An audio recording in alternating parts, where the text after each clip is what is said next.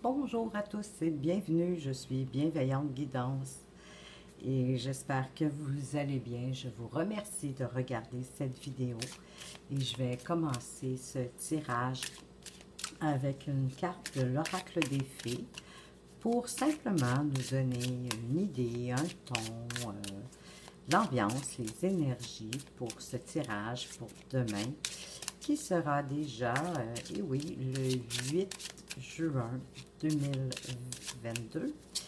Et c'est quand même un tirage général, intemporel, même si je nomme la date.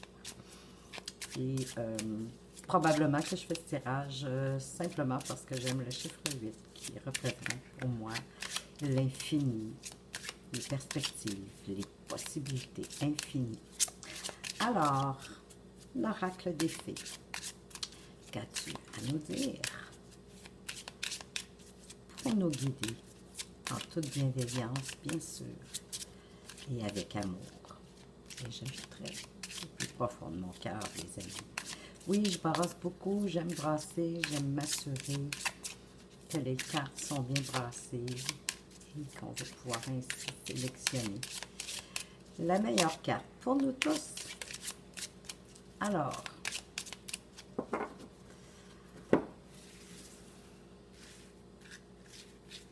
elle semble vouloir venir à nous. Et c'est la sagesse qui se présente à nous pour nous dire que notre divine sagesse intérieure, elle est toujours là pour nous. Et oui, en fait, il suffit d'y faire appel, de la consulter pour savoir ce qu'elle a à nous dire. C'est certain que pour ce faire, il faut se retrouver à l'intérieur de nous, prendre quelques respirations, mettre nos intentions du pourquoi on veut des réponses, qu'on fait appel à notre sagesse. Évidemment, on a toujours des meilleures réponses si on prend le temps de se préparer à les recevoir. C'est un minimum. Alors, on dit qu'avec la fée de la sagesse, vous êtes un esprit qui a une conscience. On est très heureux d'apprendre ça. La sagesse réside hors du savoir. Elle n'est pas fondée sur le savoir. La source de la sagesse spirituelle ancienne est accessible dans le calme de l'esprit, ouvrant des portes inconnues. De ce portail fabuleux, une mémoire est ravivée à partir du fondement du savoir, de tout ce qui a été appris. En vous servant de votre sagesse intérieure, vous agirez en pensant à vos intérêts les plus nobles, en vous efforçant d'atteindre un plus grand bien-être. Et en faisant cela, vous allez découvrir où les pouvoirs de l'esprit et les questions spirituelles valident leur importance lorsque la sagesse éveille et nourrit les plus grandes vérités intérieures comme extérieures. La sagesse vous permet d'accueillir tout ce qui vous arrive avec une aura de paix, une saine réaction. Avec la sagesse vient la capacité de voir à travers toutes les possibilités, n'est-ce pas quand même merveilleux? Le monde souffre d'une surcharge d'informations, c'est vrai. Si on pense maintenant de nos jours avec l'Internet et tous les réseaux qu'on peut consulter, parfois malheureusement sans savoir si vraiment les informations qu'on regarde sont vraiment valides. On ne prend pas toujours le temps malheureusement d'aller vérifier que les sources sont bonnes. Alors on est comme submergé, puis ce qui fait qu'on ne sait plus trop qu'est-ce qui est vrai, qu'est-ce qui est bon. Alors en faisant appel à notre sagesse intérieure, je crois que c'est une solution pour en faire le tri. Donc, on nous dit qu'à cause de cette surcharge d'informations, ça peut affoler notre cerveau et actionner tous nos boutons de stress à cause de ce milieu de chaos et la confusion. Alors, on doit trouver une façon d'interpréter et d'organiser cette surcharge de données accumulées.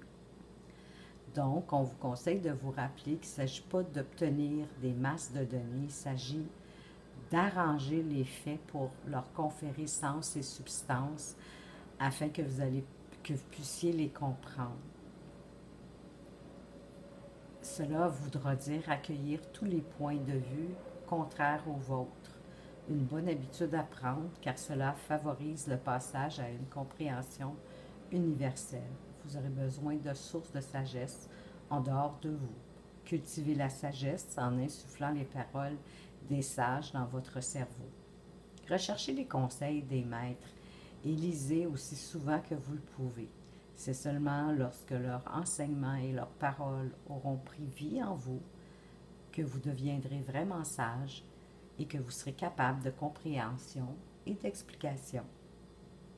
Votre divine sagesse intérieure est toujours là pour vous. Vous avez accès à la plus haute information qui s'étend au-delà de votre compréhension. Laissez-la vous nourrir et vous inspirer.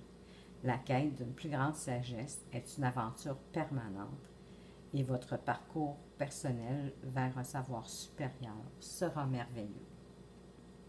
Et la réflexion de la fée de la sagesse est qu'avec une aura de paix et d'intelligence parfaitement visible sur son visage, la petite fée, cette fée tient une sphère ici d'énergie qui est impénétrable, qui représente l'accès à un réservoir inépuisable de savoir. La lumière de la sphère est éclatante et chaude, car tel est l'éclat de la sagesse accumulée, votre vie durant, quand il n'y a plus de blocage ou de filtre personnel pour vous empêcher de grandir. Sa sagesse, l'éclat représentatif qui grandit sans cesse autour d'elle, est puisé du réservoir du savoir ancestral.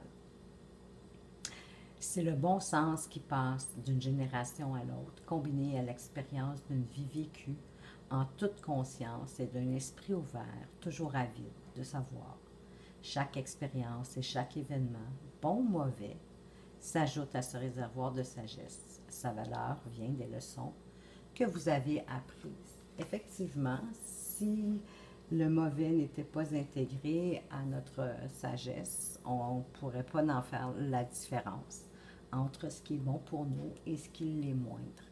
Donc, pour pouvoir faire un comparatif, on a autant besoin du bon que du mauvais. Et je vous dirais qu'avec votre part de sagesse, suivez votre instinct. On a tous de l'instinct. Et votre instinct va vous guider vers ce qui est bon pour vous. D'ailleurs, ça m'amène à vous préciser que puisqu'il s'agit d'un tirage général, prenez simplement ce qui résonne en vous, ce qui fait du sens pour vous dans le tirage que je fais aujourd'hui pour vous, avec un immense plaisir. Alors maintenant, je vais poursuivre avec le petit Lenormand The Extend. Je vais faire un court tirage avec ce jeu, simplement pour donner un petit peu une idée. Je vais juste sortir en fait 3 cartes. 3 cartes pour donner le ton pour votre journée de demain. Comment pourrait se passer votre journée de demain. Alors encore une fois, je vais étendre les cartes et en choisir 3 au hasard.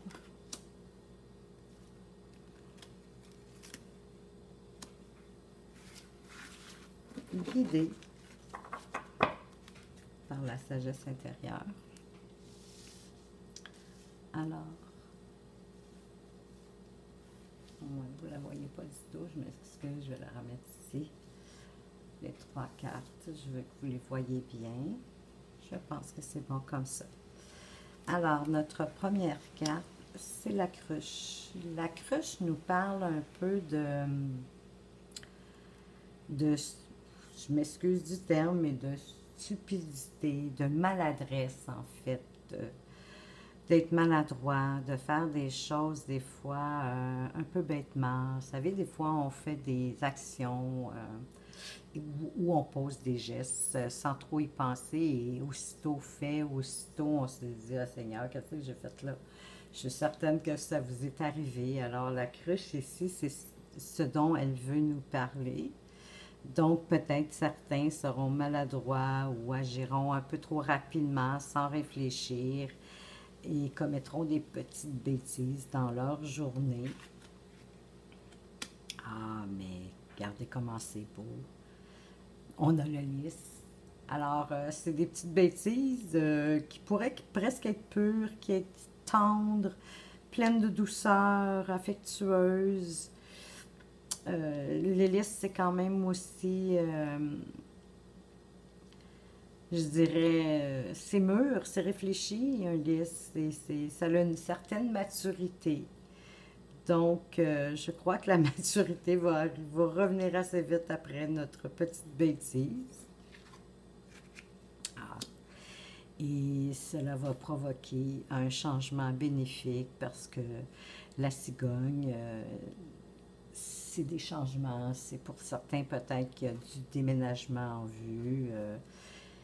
Ici au Québec, du moins, le gros mois du déménagement, c'est le mois de juillet. En fait, c'est le 1er juillet. Certains déménagent au courant du mois de juin. Donc, alors, peut-être que tout ça veut nous dire maladresse, déménagement, je dirais changement. Faire attention peut-être, soit en emballant vos choses ou en les transportant.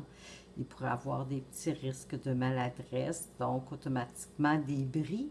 Mais en même temps, comme je vous disais, la cigogne, c'est quand même, c'est toujours pour de l'amélioration. Alors, il n'y a pas vraiment d'inquiétude à avoir. Moi, je trouve qu'on a quand même 3 belles cartes. On a de la maturité, de la pureté, de la douceur, de la tendresse. Petite maladresse, peut-être lors d'un déplacement, d'un déménagement, parce que les choses bougent avec notre cigogne, mais rien de grave, rien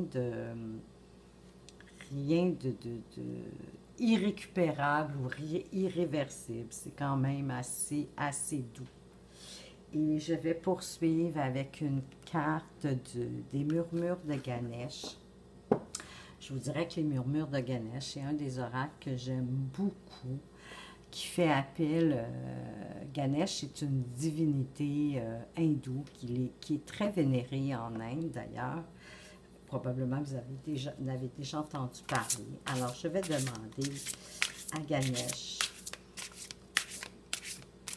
de nous donner plus de précision sur comment pourrait se passer notre journée de demain, histoire d'avoir quelque chose de plus positif, quelque chose à méditer. Et vous avez vu comme moi qu'il y a une carte qui est partie toute seule, alors on va la prendre.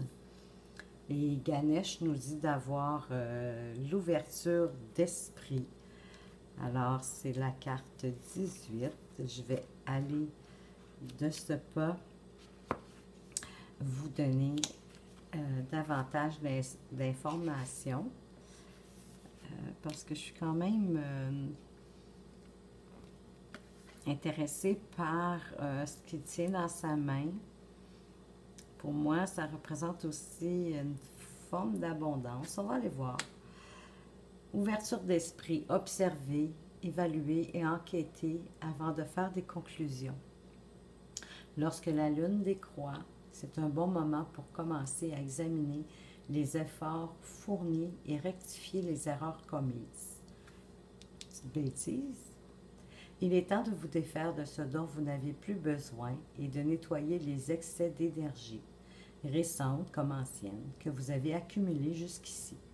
En plus de vous libérer du surplus matériel, faites également le tri dans toutes vos relations et dans tous vos comportements néfastes.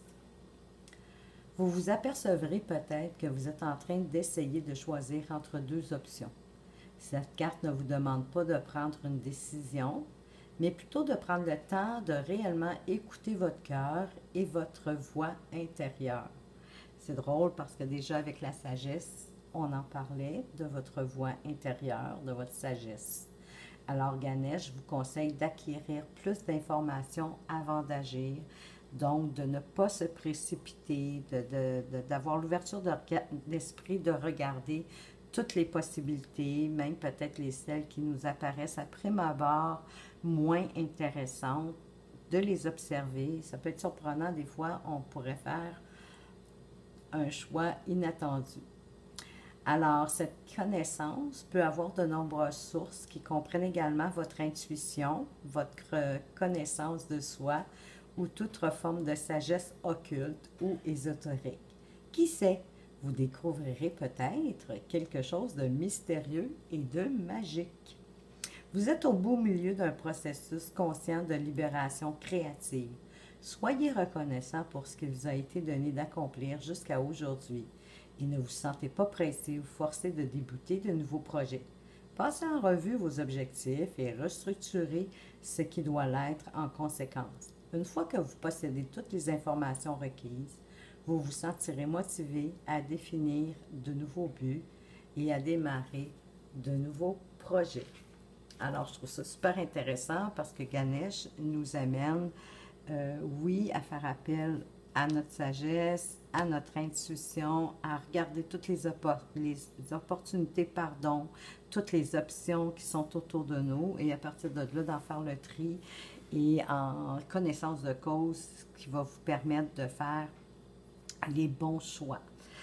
Et je vais terminer ce tirage avec le message de l'avenir, de mon avenir, mais en l'occurrence votre avenir.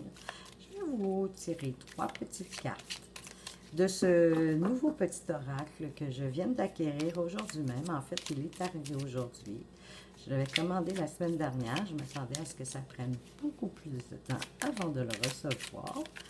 Alors, je remercie la vie devant vous, en direct, de l'avoir apporté aussi rapidement et pourquoi pas en profiter pour l'utiliser aujourd'hui, pour voir ce qu'elle veut nous dire pour demain et pour un peu plus loin, puisqu'il s'agit des messages de l'avenir. Et là, j'ai 2 cartes qui sont tombées. Je vais les prendre, puisque j'avais dit que j'en prenais 3. Il m'en manque seulement une. Alors, quelle est... Ah, elle a l'air à vous... Mon Dieu, il y en a 2. OK, on va y aller avec 4. On se chicanera pas. Donc, la première qui est sortie. Ah, vous êtes peut-être dans une relation à distance. On dit qu'il y a une personne qui profite de vous. Attention aux mensonges et à la trahison. Et on dit que les liens karmiques doivent être coupés. Mon Dieu, tout fait du sens. C'est comme, avez-vous vu l'escalade? Je vais vous les redire, je trouve ça trop intéressant. Une relation à distance. Certaines personnes vivent une relation à distance en ce moment. On vous avise qu'une personne peut profiter de vous pour certains, de faire attention aux mensonges, à la trahison et même au vol, et qu'il est temps de couper vos liens karmiques. Alors sur ce, je vous remercie infiniment de m'avoir écouté. J'espère que ce tirage vous a plu et qu'il vous aura éclairé. Et si vous avez aimé, pourquoi pas me faire un petit pouce et tout simplement, et en commentaire, si vous aimeriez que je réponde à des questions, à une de vos questions en fait, que je fasse un tirage en lien avec votre question, eh bien, je vous dirais, prenez votre chance, inscrivez votre question et qui sait, sera-t-elle choisie lors d'un prochain tirage où j'y répondrai, où je me ferai un plaisir de faire un tirage pour cette question en particulier. Alors, je vous remercie encore. Je vous souhaite une belle semaine et je vous dis à tout bientôt. Au revoir.